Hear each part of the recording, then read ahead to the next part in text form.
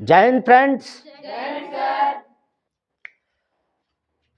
आज 12th class का अंतिम क्लास है आप सबों का, और इस अंतिम क्लास का जो 12th क्लास का जो मेरा जो आज का जो संबोधन है,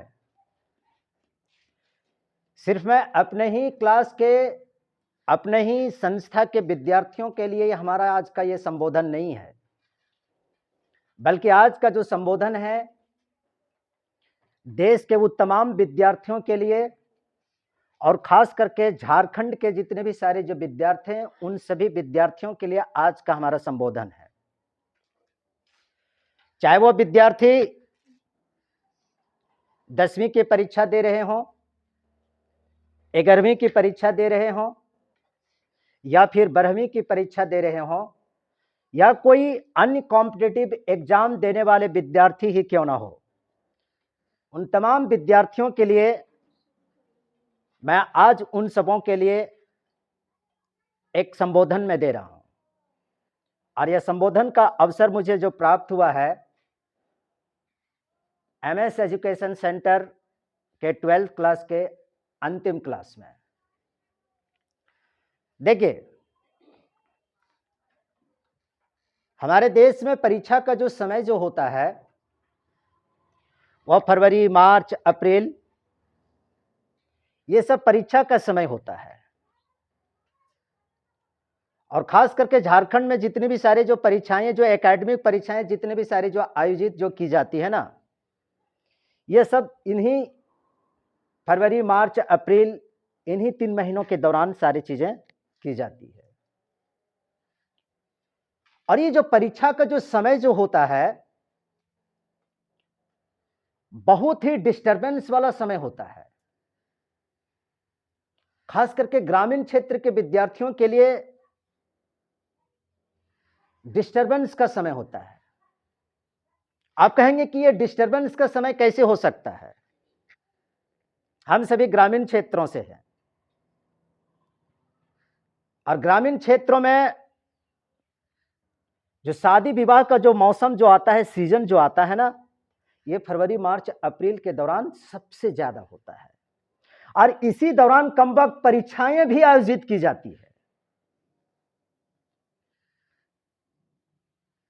विद्यार्थी डिस्टर्बेंस होते हैं। 2 दिन के बाद परीक्षा देनी है, तब तक मौसी के यहां शादी है, वो डिस्टर्ब हो गया।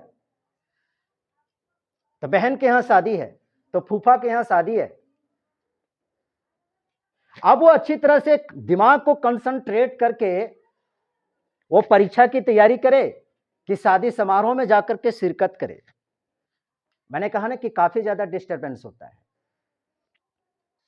इसलिए मैं तमाम उन विद्यार्थियों को कहना चाहता हूं जो ये विद्यार्थी यह सोचते हैं कि मैं सिर्फ एकेडमिक परीक्षाओं की मैं परीक्षा में एकेडमिक डिग्री के लिए मैं परीक्षा देने जा रहा हूं, या तो फिर किसी कॉम्पिटिटिव परीक्षा मुझे पास करनी है। मेरे अनुसार अगर कहा जाए तो विद्यार्थियों को कई सारी परीक्षाएं पास करनी पड़ती है। कई सारी परीक्षाएं हैं। आपकी परीक्षा घर समाज वाले लोग भी लेते हैं, आपकी परीक्षा नाते रिश्तेदार वाले लोग भी लेते हैं आपकी परीक्षा। इन परीक्षाओं से भी आपको गुजरना पड़ता है, क्योंकि समाज में डिस्टरबेंस के एलिमेंट जो है बहुत सारे हैं। आपको डिस्टर्ब करने के लिए बहुत सारे लोग हैं, और इन सारे डिस्टरबेंस को पास करके, इन सारे डिस्टरबेंस की परीक्षाओं को पास करके जब एकेडमिक या तो फिर कॉम्पिटिटिव एग्जाम पर अब जाते हैं और अच्छे परफॉर्मेंस जब करते हो ना, तभी वह एक सफल विद्यार्थी बन पाता है। इसलिए विद्यार्थी बनना आसान काम नहीं होता है। बहुत सारे डिस्टरबेंस से, बहुत सारे व्यवधानों से उसे गुजरना पड़ता है। इस बात को मैं देश के तमाम विद्यार्थियों को मैं कह रहा हूं, और खास करके विशेष करके झारखंड के उन सभी विद्यार्थियों को मैं कह रहा हूं कि आप कई सारी परीक्षाओं को पास करते हो अपने स्टूडेंट लाइफ में। घर में अगर कोई समस्या आ गई तो आप उस परीक्षा को भी पास कर रहे हो। नाते रिश्तेदारों में अगर किसी प्रकार की कोई समस्या है तो आप डिस्टर्ब हो रहे हो, लेकिन उसके बावजूद भी आप अपने स्टैमिना और आप अपनी त्याग को, अपनी समर्पण को पढ़ाई के प्रति लगाए रखे हो। यह विद्यार्थियों का एक गुण होना चाहिए। खैर, विद्यार्थी जीवन में तो कई सारी समस्याएं आती हैं। आधी उम्र तो गुजर जाती है लोगों की पढ़ाई करने में, लेकिन उन तमाम विद्यार्थियों को मैं कहना चाहता हूं, जिसे जिंदगी में अगर कुछ करना होता है वह हर हालत में, हर कीमत पर वह कर गुजरता है। और जिसे कुछ नहीं करना होता है ना, उसे चाहे जितनी भी सुविधाएं आप उसे दे दीजिए, जितनी भी फैसिलिटीज आप उसे दे दीजिए, वह कुछ नहीं कर सकता है। इसलिए करने वाले हर हाल में कुछ न कुछ करके गुजर जाता है। क्यों जानते हैं? इसके पीछे एक वजह है। जीतने वाले भी मेहनत नहीं करना चाहते हैं, तो हारने वाले भी मेहनत नहीं करना चाहता है, लेकिन जीतने वाला फिर भी मेहनत करता है। क्या?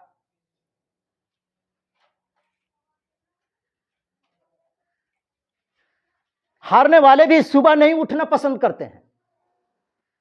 सुबह उठना किसी को पसंद नहीं है, तो जीतने वाले भी सुबह उठना पसंद नहीं करते हैं, लेकिन जीतने वाले सुबह उठते हैं तो उठते हैं, चाहे कोई भी परिस्थिति क्यों ना आ जाए। इसलिए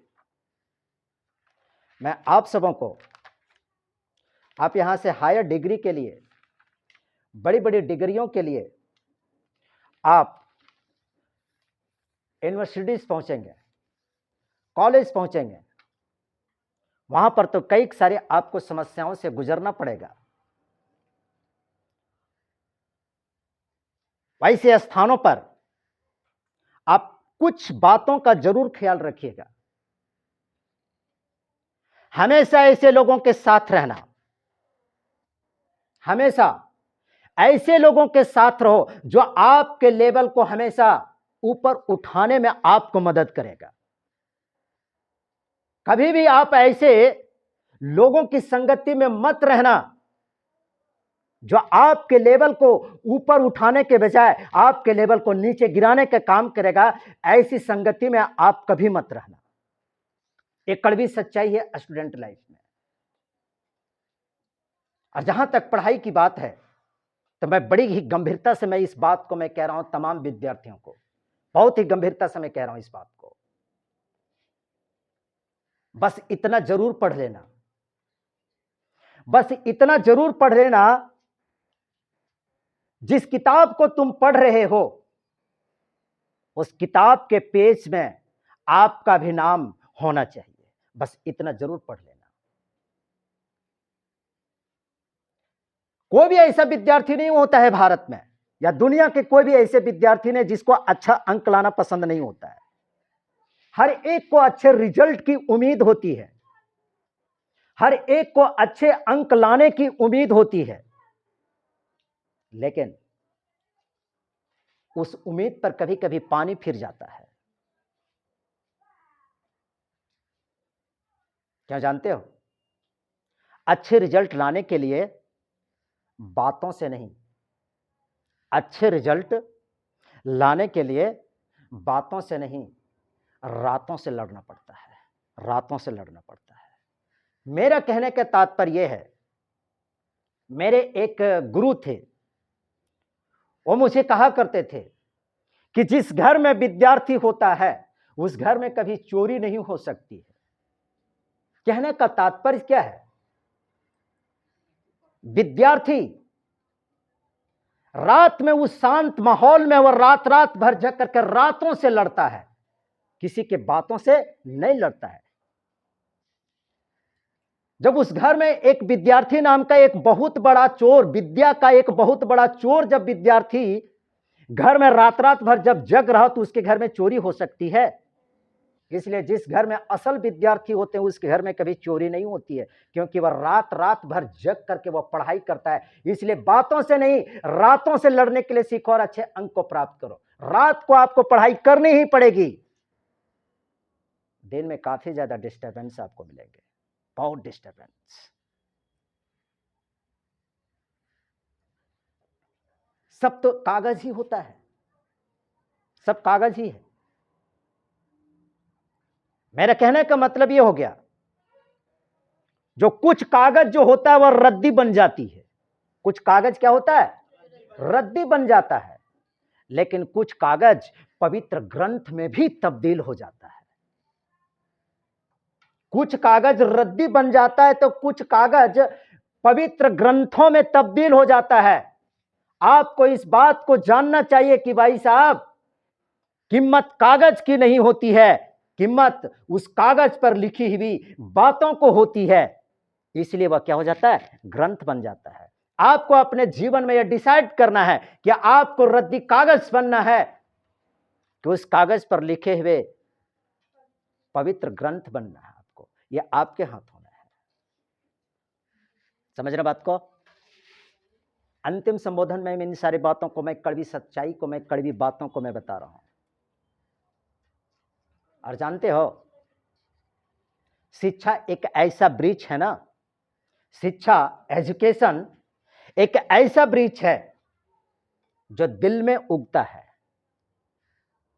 जिस प्रकार से कोई बीज को आप फेंक देते हो तो जमीन में उगता है, लेकिन शिक्षा जो होता है वह दिल में उगता है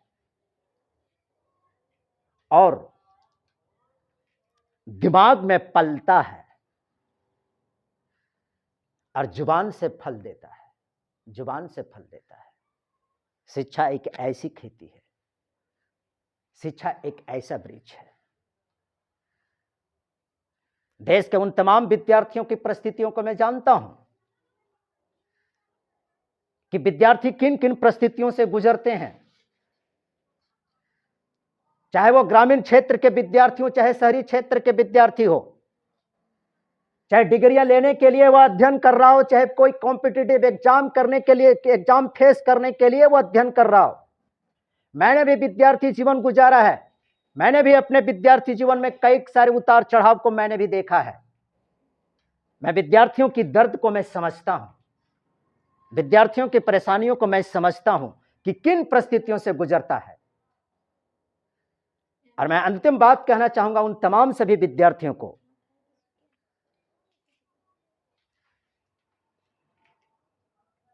पढ़ाई करते करते विद्यार्थी टूट जाता है, टूट जाता है। समझ रहे? पढ़ाई करते करते विद्यार्थी पूरी तरह से टूट जाता है,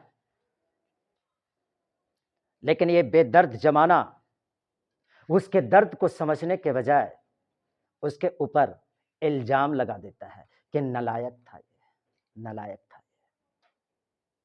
ऐसा नहीं होना चाहिए।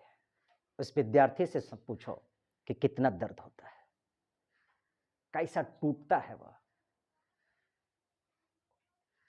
आज समाज में अगर कोई विद्यार्थी अगर पढ़ लिखता है, नए बड़ी बड़ी डिग्रियां हासिल कर लेता है, कोई कॉम्पिटिटिव एग्जाम को क्रैक करने के लिए वो दिन रात प्रयास कर रहा होता है, लेकिन जब क्रैक नहीं हो पाता, जब सफल नहीं हो पाता है ना, और जब वो वापस अपने घर वापस जब आता है ना, समाज के लोग उसको बड़ा ही हेय दृष्टि से लोग देखने लगते हैं कि नालायक था ये, इसलिए नहीं कुछ कर सका। खैर, जो भी हो, लड़ाई लड़ते रहना। बिना लड़े आपको अधिकार कोई नहीं देगा, कोई नहीं देगा। समझ रहे बात को? इसलिए लड़ाई लड़ते रहना। बिना लड़ाई का अधिकार आपको कोई नहीं दे सकता। लड़ते रहो, लड़ते रहो। अगर जीत गया तो सिकंदर, जीत गया तो सिकंदर, अरे हार भी गया ना तो एक बेहतरीन सलाहकार बन करके उभरोगे, इसमें भी आप नाम कमा जाओगे। इसलिए लड़ाई को जारी रखना, लड़ाई को जारी रखना।